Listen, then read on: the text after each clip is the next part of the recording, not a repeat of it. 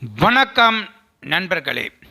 கண்ணதாசரை குடிகாரன் என்று எம்எஸ்வி திட்ட அப்போது உருவான பாடல் என்னன்னு பார்க்கலாமா வாங்க.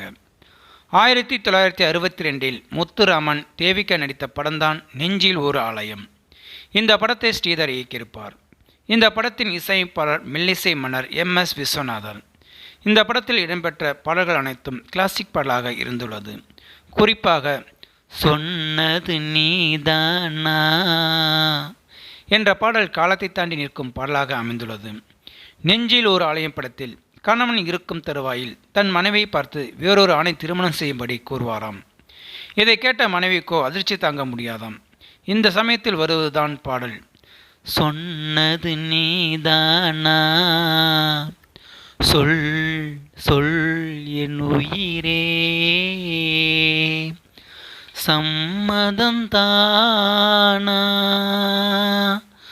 சம்மதந்தானா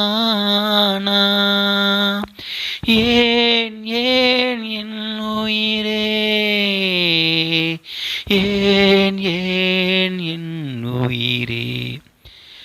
அதாவது தன் கணவரை பார்த்து மனைவி கேட்கும் பாடல். இந்த சுச்சுவேஷனுக்கு ஒரு பாடலை உருவாக்கணும்னு எம்எஸ்வியிடம் இயக்குனர் ஸ்ரீதர் சொன்னாராம். அதற்காக பல நாட்களாக எம்எஸ்வி டியூன் போட்டு பார்த்தாராம்.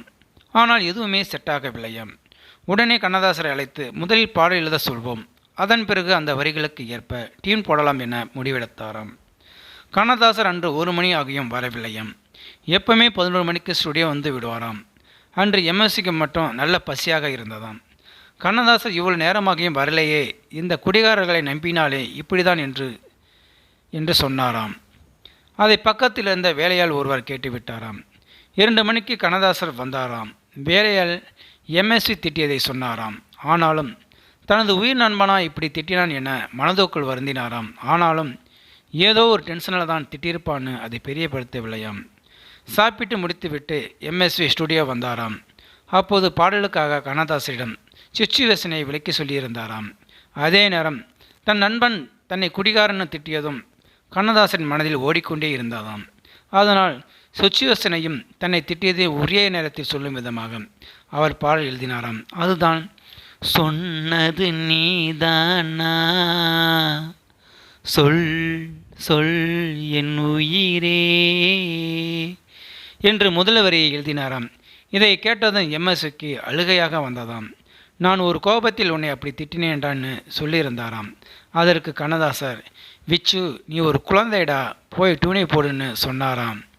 ஸோ நேயர்களே, இந்த வீடியோ பார்த்துருக்க நீங்கள் வீடியோ பிடிச்சிருந்தா லைக் பண்ணுங்கள், ஷேர் பண்ணுங்கள். வீடியோ பற்றின கருத்துக்களை கமெண்ட் பாக்ஸில் கமெண்ட் பண்ணுங்கள். அப்படியே பக்கத்தில் இருக்கிற பெல் சிம்பலை கிளிக் பண்ணுங்கள். அப்போ தான் நான் போகிற வீடியோ அடிக்கடி வந்து ரீச் ஆகும். மறக்காமல் சேனலை சப்ஸ்கிரைப் பண்ணுங்கள். தேங்க்யூ, வணக்கம்.